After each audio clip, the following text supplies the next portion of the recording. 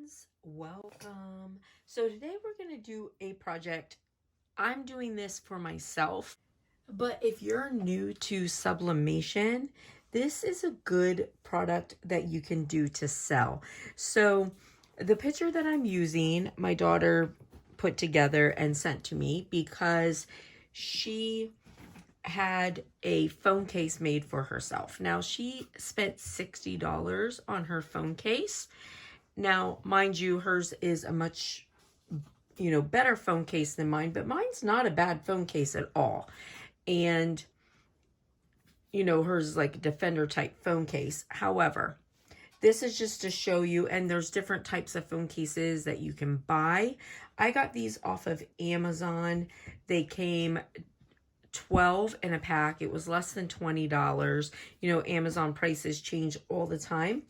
And I will find it. It's been a while since I bought it, but I'll find it and link it in the description. And then I'm also going to be doing a pop socket, which did not come with hers. I got these off of DH Gate, but you can also get these on Amazon.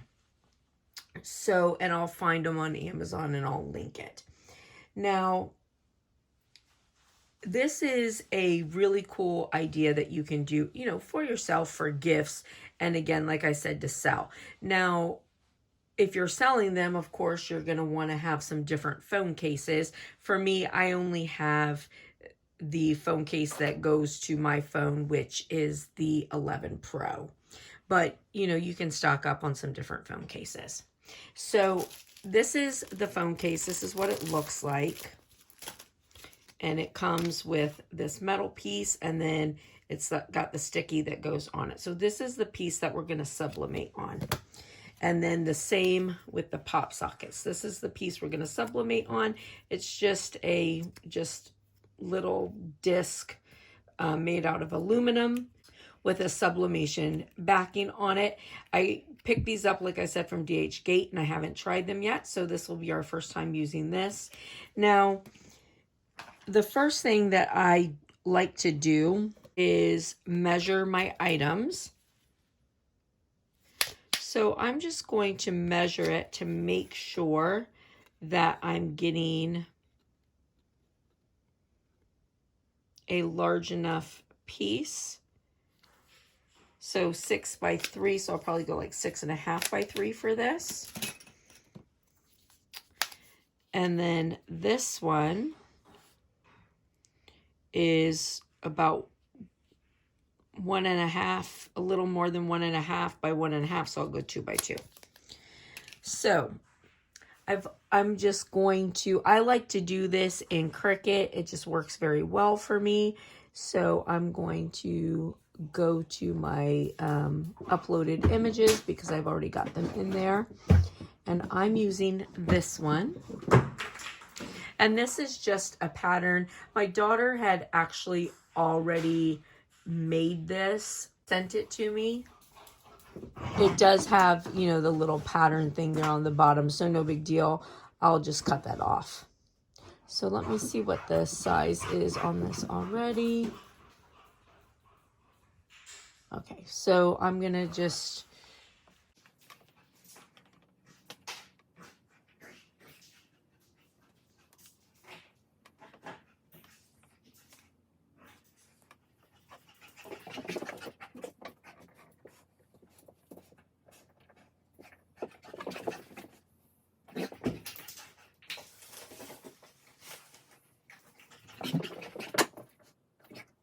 do you hear my crazy dog?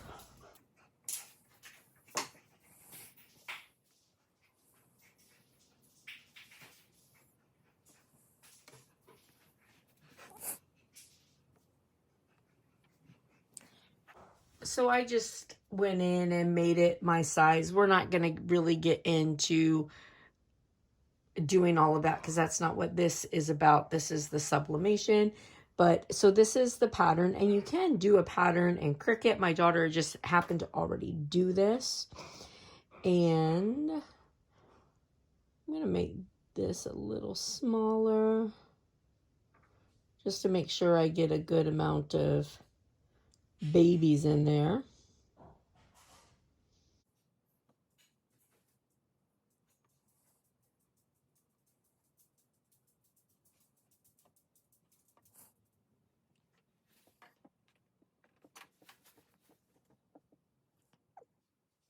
I want to make sure I get at least, you know, one of each of them.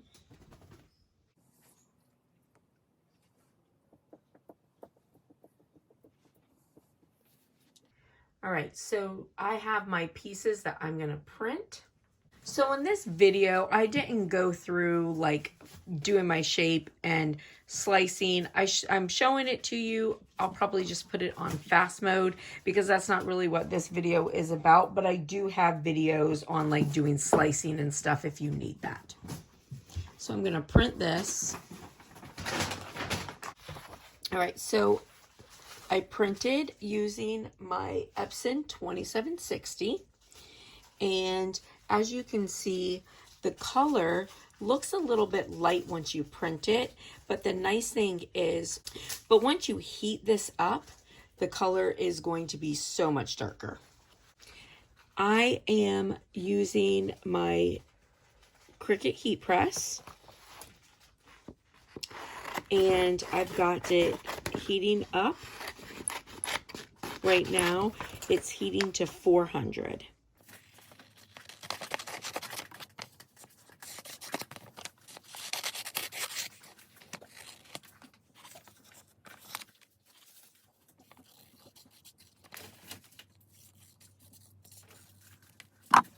All right, so my heat press is at 400, and I have my pieces, of course.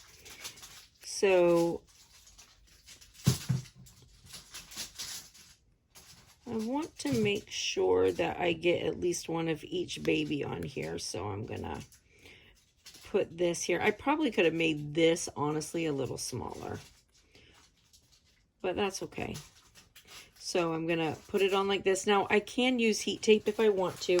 I have butcher paper. I'm gonna put butcher paper down here, and then I'm gonna put butcher paper over top of it. And then I have this piece here. So I'm going to, you know, decide how I want this to be set up, which I think like this.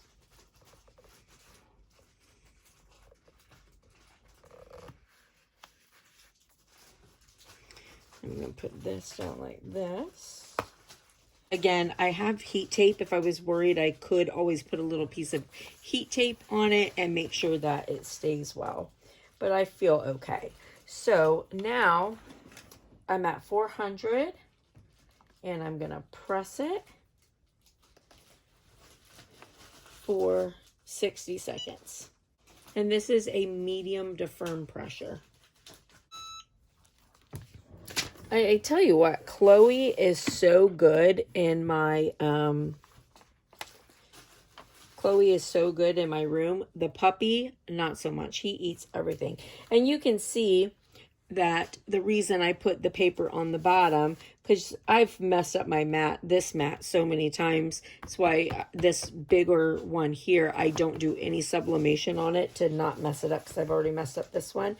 But this is why you want, you know, to put a piece of paper down, because stuff will go through. All right, so, oh, hot. Hot, hot, hot.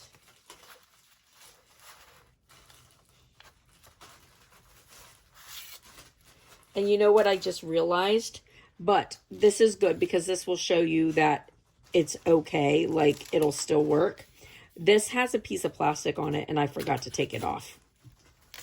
But the cool thing is, I've done this before, so I know it still works.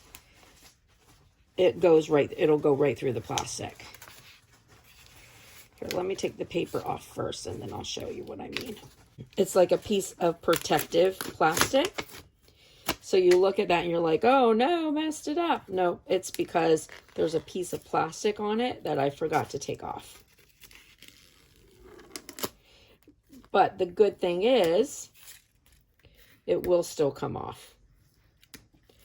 But technically, you should take it off beforehand. But I have forgotten before, and the plastic film is just on there to protect it. All right, so look how cute that is. Oh my gosh, that is adorable. All right, so let's see how this went. And I don't know if these have plastic films on them. I think maybe they do. I hope they do, because otherwise this one's messed up. It's stuck. No, it does. It has plastic film on it too. There we go. Adorable. All right, so let's put these together. Chloe is just sitting over in the corner, so good. She loves being in my craft room. And the puppy, he's just a crazy man. He is a crazy man. All right, so he's like eating all of my twine. If I need a project with twine, I'm not gonna have any left. All right, so you unpeel that, and then this goes on. And simple as that. And then you've got your little pop socket. So super cute. So you could sell these together as a pair, or, you know, you could do them, you know, separate, up to you. And then here's my phone. So this comes off like this. And then this just goes on. Oops, sorry.